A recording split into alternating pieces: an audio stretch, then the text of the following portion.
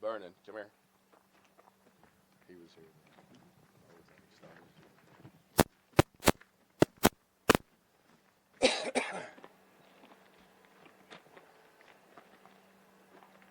How are you going to start this?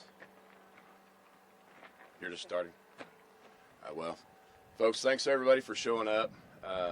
You know, this has been 35 years in the making, and you know, I've been in law enforcement 30 years. I was born and raised here in Douglas County, and I can remember that when this happened, as a lot of you can. I look around, I see some folks that I went to school with that knew Kelle. I took office in 08, ran in 08, took office in 09. And this is one of the cases that, you know, I've worked on over the years, as have these other sheriffs that are standing up here. And I think practically every other law enforcement officer in this part of the country has worked on. And, you know, June of 1989 is a time that none of us will forget here in Douglas County.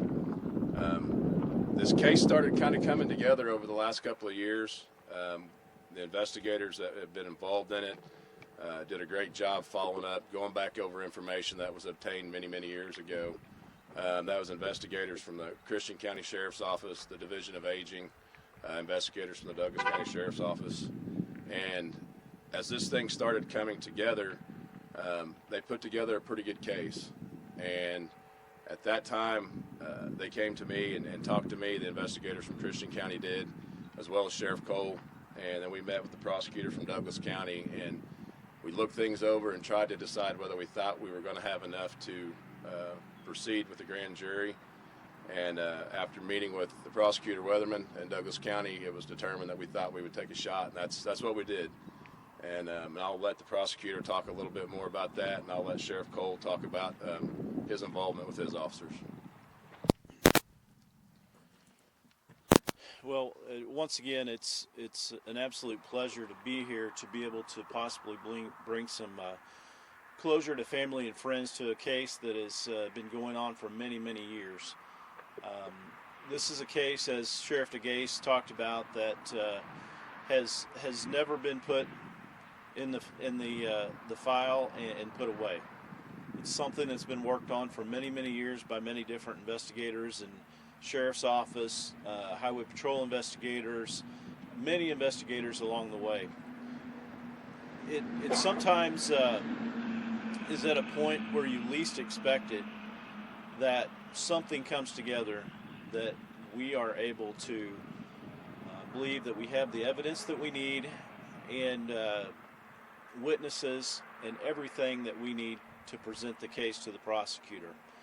And as you'll hear from the prosecutor here shortly, this case is a case that I believe that we're going to see adjudicated, and that you're going to see convictions and have some actual closure for the families. I want to make sure that we think of a lot of the investigators that are retired, that are sitting at home enjoying retirement, that worked a lot of hard hours on this, former sheriffs, and some of those investigators that are no longer with us. I know the family has waited a long time for this. We have waited a long time for this in law enforcement, and I just want the public to know that all the cold cases that we have, the ones that we have setting that you may not think that anything's being done, I would hope that you would entrust in us that we are working on those, and that we do everything we can do to investigate those and bring those forward, and we press forward every day to try to bring somebody to justice in these cases. And I just appreciate all the hard work of all the law enforcement. The public, there was many people that had a lot of interest in this case and did help along the way, and without the citizens' help in this case, we would not be where we're at today. So I'd like to thank all the citizens as well. Mr. Prosecutor. All right. Those of you who don't know, my name is Matt Weatherman. I'm the Douglas County Prosecuting Attorney. Yesterday at about 9:45 yesterday morning, the Douglas County Grand Jury returned indictments on 3 individuals. Those were Bobby Banks Sr., Leonard Banks, and Wiley Belt.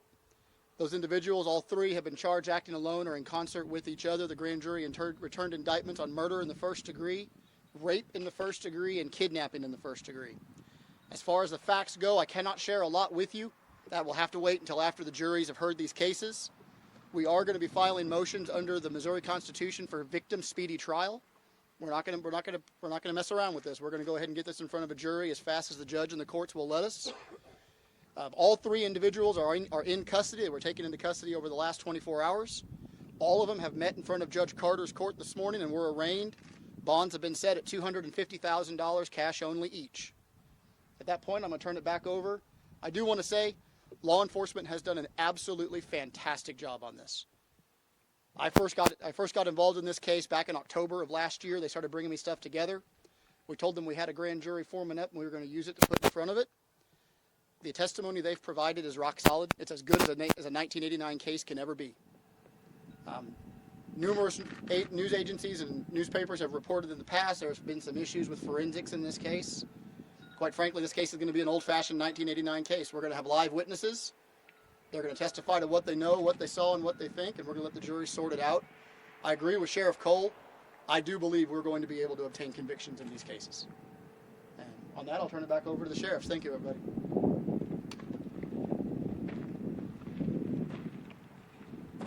Do you guys have any questions? I mean, if we can answer them, we will. Yes, sir.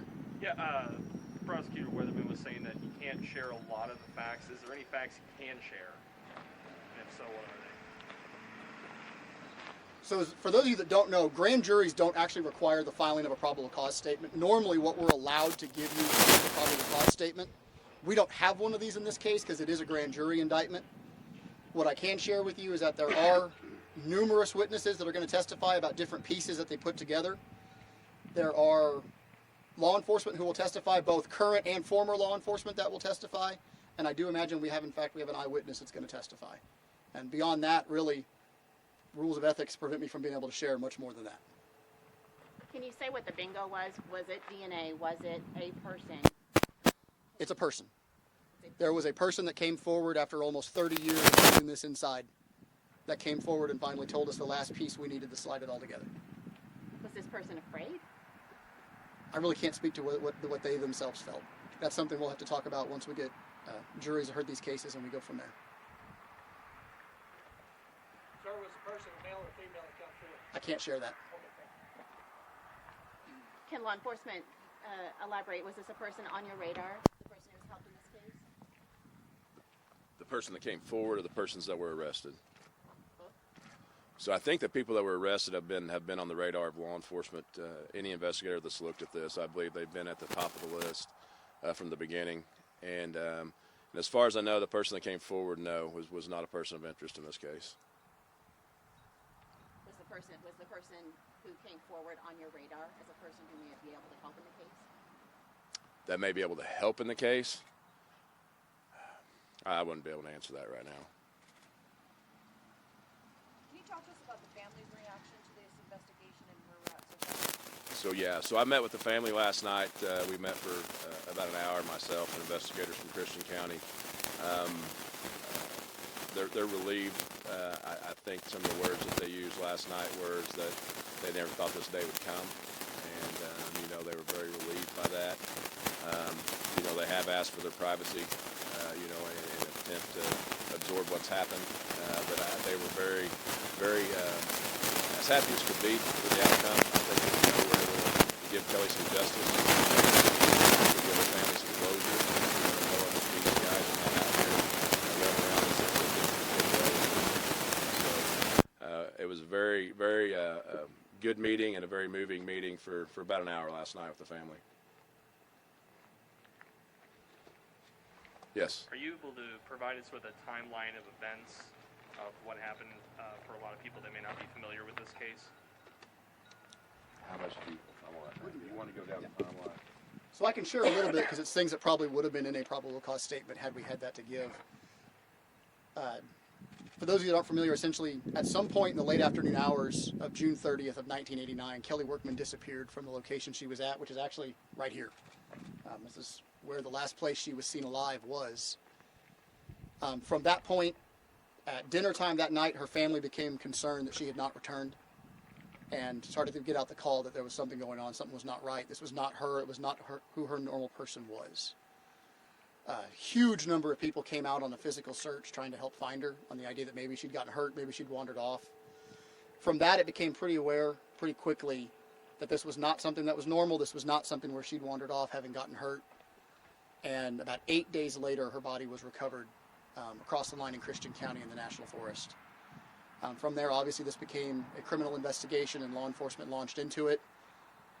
And really from then, it's just been a sequence of gathering every single fact everyone could put together as best they could, making runs at suspects, runs at people we thought were suspects, culminating to, like I said, the individual that came forward here in the last couple months that allowed us to get the indictments we've gotten. You mentioned a national forest. Is there any federal involvement at this point? No. Well, not that I'm aware of. They tend to not tell us that. Anything else I can answer? So there was some DNA some DNA involved earlier in the case. Sheriff DeGase, can you address this? Some DNA that was available and then it was destroyed or somehow. Can you talk about that, about how maybe frustrating this case is when you talk about evidence? So there were some items that were seized early on in the investigation. I'm not exactly 100% what transpired or took place with that. I do know some things were submitted to the crime lab and that was untestable. So I mean, I do think that there were maybe some issues early on in this investigation that may have slowed things down a little bit. But other than that, I don't have any of the specifics on that. And can I just clarify a question from previous about the person who came forward with information? Okay. Was that person on your radar? Have you spoken to that person in the past? Was that person somebody in this circle? So that person was spoken to in the past, but I don't believe that person was spoken to in the past as a suspect. If that answers your question, they were not on our radar as a suspect. That's correct. But you have spoken with them in the past. Correct. You or previous administration? Previous administration. Yeah. Thank you. Yes. So did this person come back to you guys and maybe after all these years maybe wanted to get it off their chest and open up about it? Kind of talk to us about that night whenever things broke.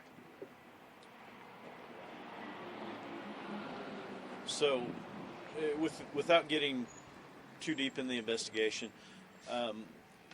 my investigators were called about some information that might be relevant to the case and somebody that might have information about the case. We approached that person, interviewed them and talked to them, and that's when we were able to come up with the new information that we've been able to provide to the prosecutor to move forward with the charges. Is it a case of just that little bitty piece? So, sometimes it's the smallest of pieces that you need to fit the puzzle together to complete it, and I think this is exactly what we needed and have needed for a long time. But yes, that's why we never give up. We continue and continue and continue to make sure that if that little piece is out there, that we eventually find it and put it together. And did this person realize how important that little piece was going to be? I believe that, I can't answer that for them, but I believe that they were quite aware of the information that they knew and had and what it could do for the case. These three interviews with law enforcement, did they admit to anything? Did they